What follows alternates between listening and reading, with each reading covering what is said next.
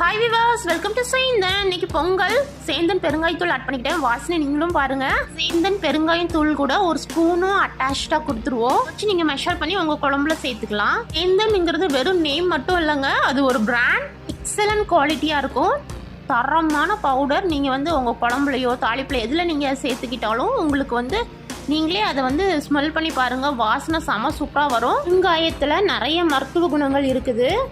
So நம்ம இதை நம்ம குழம்புல சேர்த்துக்கிட்டோன்னா நம்ம ஹெல்த்துக்கும் ரொம்ப நல்லது. சேந்தன் பெருங்காயத்தூள். உங்களுக்கு இதை பற்றின ஃபர்தர் டீட்டெயில்ஸ் வேணும்னா எனக்கு காமெண்ட் செக்ஷனில் சொல்லுங்கள்.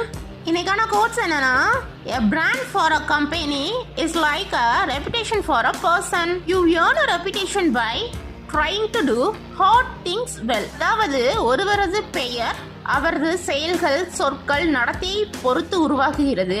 போன்று ஒரு பிராண்ட் தயாரிப்பு, சேவை, பராமரிப்பு மூலம் உருவாகுகிறது.